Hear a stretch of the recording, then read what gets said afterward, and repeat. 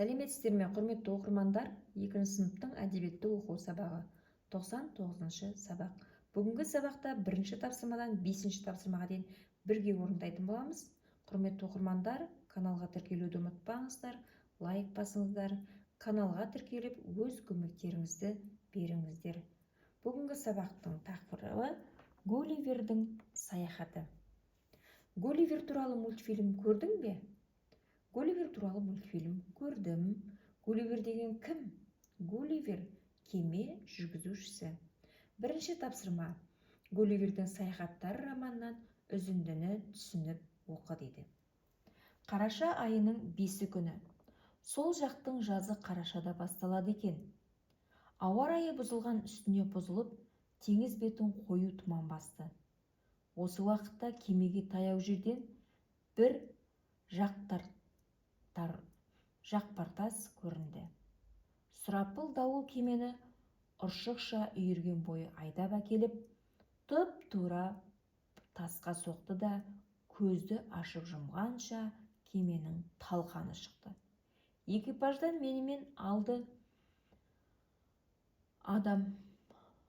адам қайыққа отырып алып, шамалауынша 3 мильдей жер естік. Одан әрі ескек есуге шамамыз келмеді.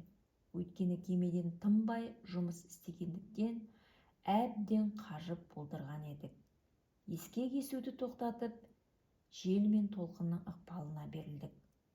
Арада жарты сағат өтпей-ақ солтүстіктен кенет құйынды дауыл қайықты аударып жіберді.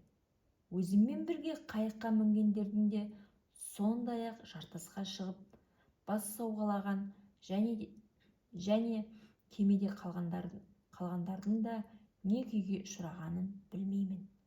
Мен болсам, жалданған толқын мен желдің айдаған бағытымен басымның ауған жағына қарай малтып кете бердім.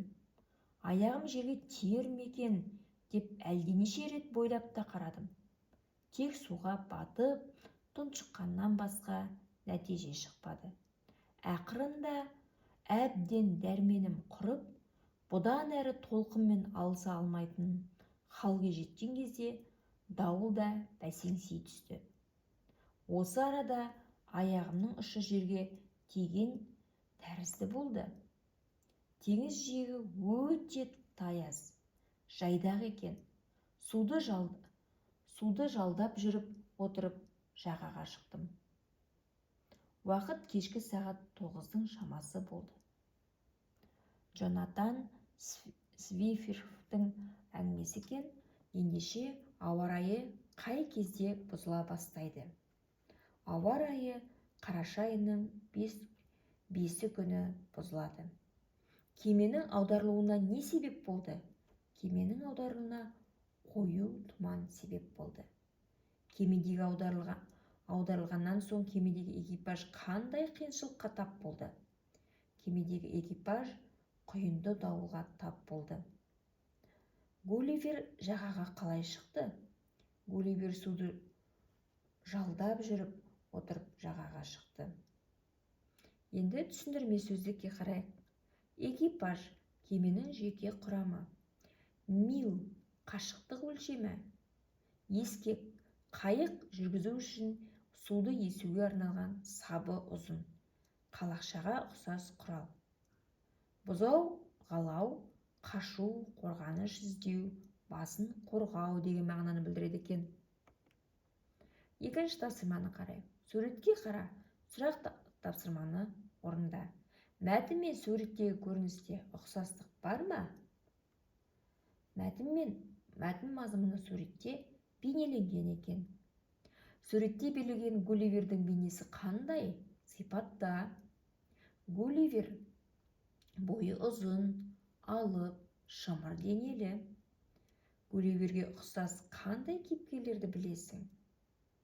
Угитси кейіпкерін білемін деп біздер жауап бере аламыз. Келесі 3-ші тапсырма. Ақпаратпен танысып, сұрақтарға жауап бер.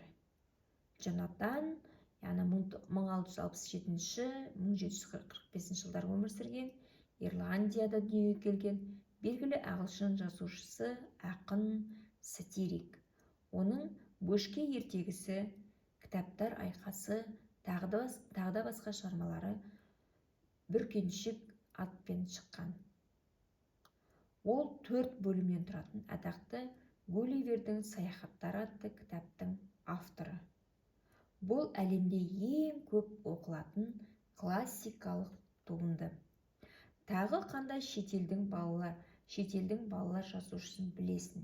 Яғни шетелдік балалар жазушысы Лермонтов, Толстой, Пушкинді білеміз. Шытырман оқиғалы мультфильмдер ұнайды ма? Яғни әрине сіздерге шытырман оқиғалы мультфильмдер ұнайды деп есептеймін. Келесі 4-ші тапсырма: жұмыс дәптеріне орында. Ақпараттың дұрыс бұрысын белгіле. Мил қашықтық өлшемі. Бұл дұрыс. Кеме немесе автобус жолаушыларын экипаж деп атайды. Бұл бұрыс жауап. Теңіз ісінде мил өлшем бірлігі қолданылады. Дұрыс. Кеменің жеке құрамын экипаж дейді. Дұрыс екен. Ендеше біздер дұрыс бұрыс екенін көрсетіп шықтық. Келесі 5-ші тапсырма: бүгін оқыған шығарманың соңы қалай аяқталғанын баяндап бер. Яғни бұл жердегі шығарма бізде жақсылықпен аяқталады. Себебі бұл жердегі адамдар бір-бірін құтқарады деп есептейміз. Яғни шығарманы адамның алғырлығының арқасында осындай жақсы оқиғамен аяқталады деп есептейміз. Құрметті оқырмандар, біздер каналда бүгін Гулливердің саяхаты мәтінімен таныстық, және автордың өмірбаянымен таныстық. Сіздерге тақырып өте қызықты болды деп есептеймін. Мәтінді мұқият оқыңыздар, және де әрбір жаңағы берілген мәліметтерді есімізде сақтаймыз. Түсіндірме сөздіктегі бірнеше түсініксіз сөздердің түсіндірмелерін есімізде сақтап оқып алыңыздар.